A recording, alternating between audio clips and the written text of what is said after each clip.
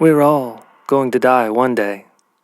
Doesn't it make you happy knowing that someone was there with him when he died? That he didn't die alone? There is a divine force that reaches down and cradles us when we transition, holds us, and shares its warmth.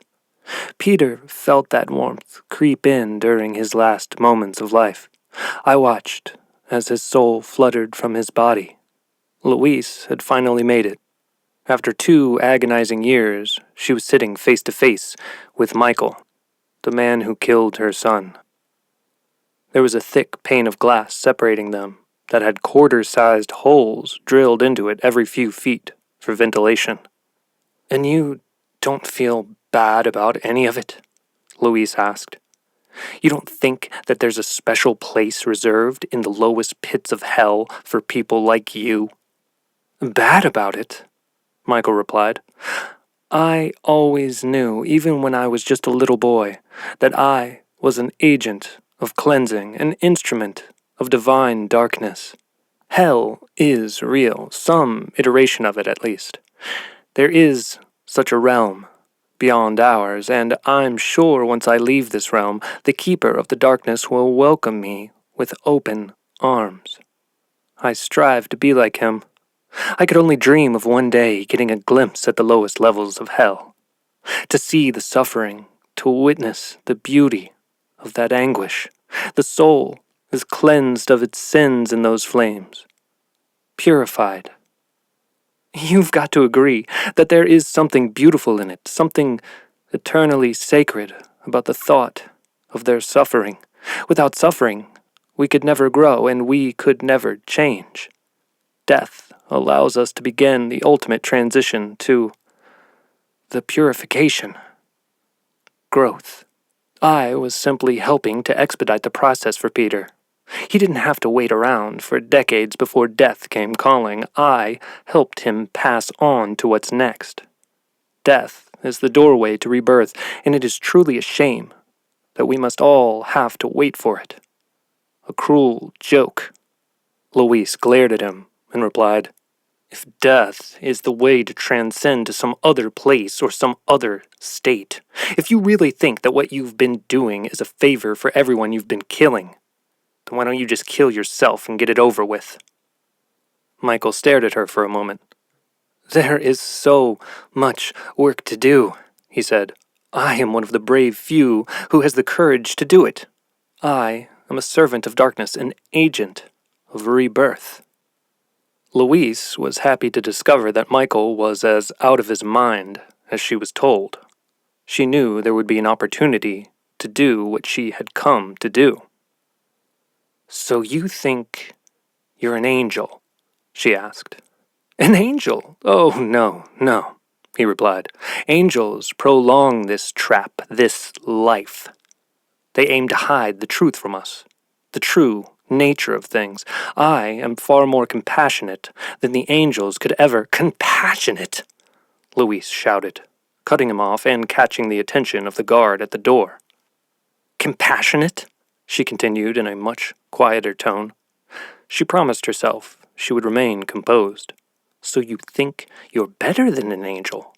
Well, from where I'm sitting, you're not. You're more like a demon." "Demons, angels," Michael replied. "It's all a matter of perspective. Call me what you will. I am an agent of compassion and rebirth."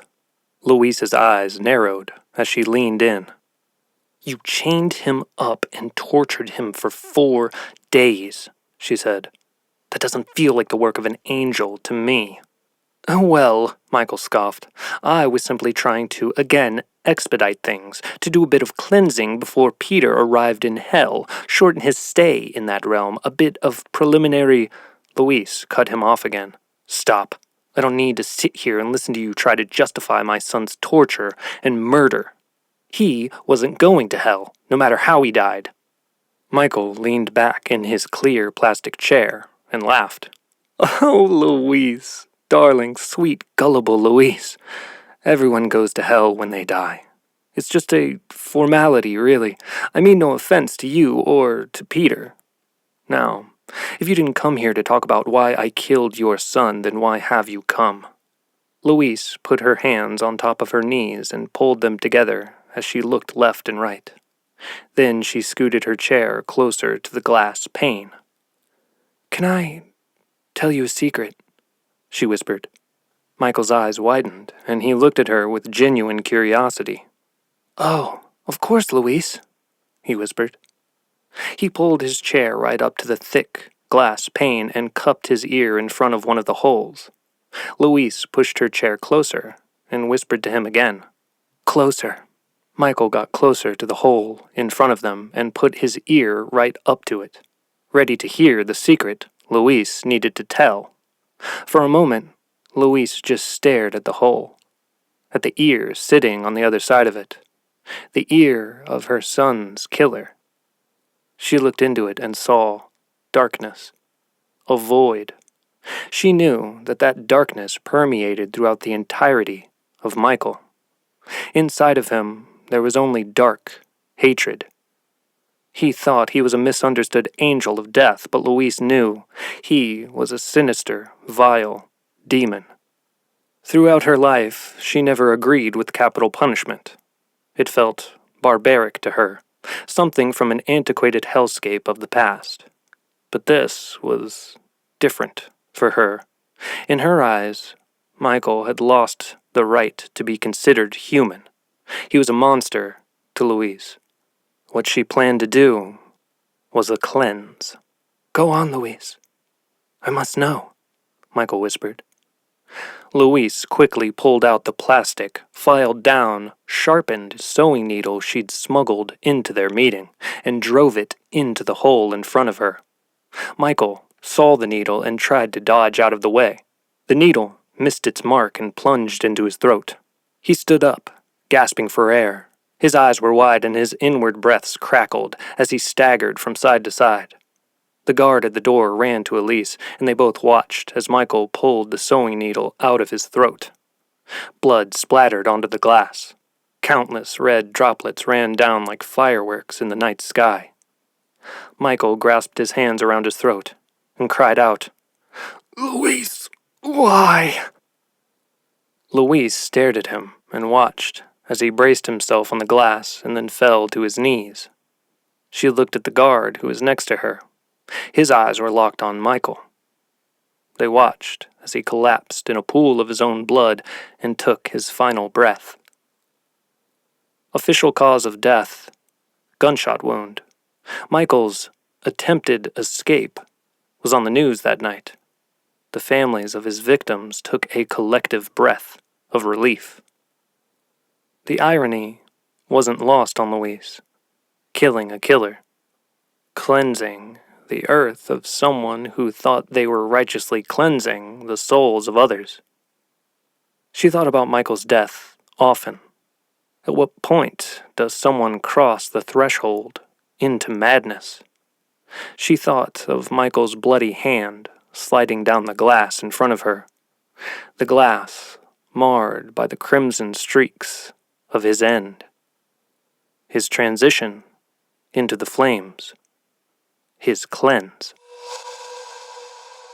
Thank you so much for listening to today's story. I can't really explain where it came from. It was just sort of something my brain produced. Sometimes I have more of a plan and more of a node of inspiration to speak on, but this one, honestly, it sort of manifested out of the ether. Sometimes it's like that with writing, at least with longer stories and plot points and the way characters develop and stuff. Sometimes you don't really know how you get from point A to point B. And the entirety of this story sort of felt that way. I guess I was kind of thinking about capital punishment and the conundrums we find ourselves in as a society faced with it. I mean, I feel like that little note is obvious, but the rest of it, I'm not sure. I just started writing, and sometimes that's all it takes with any art form that you do. If you're feeling stuck, if you're feeling worried about where the thing might be headed, oftentimes when you just start, things develop and something that you're excited about begins to materialize. So I want to leave y'all with the thought of just starting. If you've been waiting to do whatever the thing you've been waiting to do, just do it. If you'd like to support the podcast, there are several ways you can do so. Leaving a rating or review on whatever podcast service you're listening to this on goes a very long way. Also, just telling your friends and family, sharing a link, or letting people that you know about the show goes a really long way. I also have a Patreon. It's at patreon.com/Strange Whispers. That link will be in the show notes as well. Over there, you get things like early access to episodes, exclusive content, and some behind-the-scenes stuff as well.